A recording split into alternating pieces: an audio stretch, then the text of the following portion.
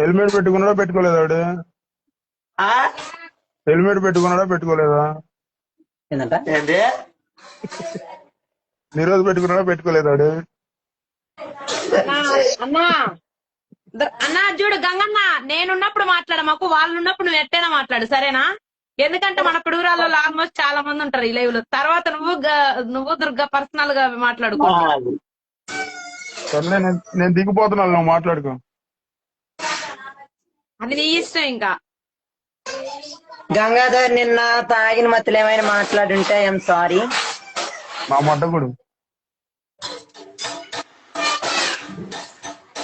ఒరే పూగ్గాని సారీ చేస్తాం ఎక్కువ నా లవడాలు అది. అన్నా నువ్వు దిగిపోనన్నా. సారీ, నాకు ఎందుకు, నా లవడానికి చెప్పు సారీ.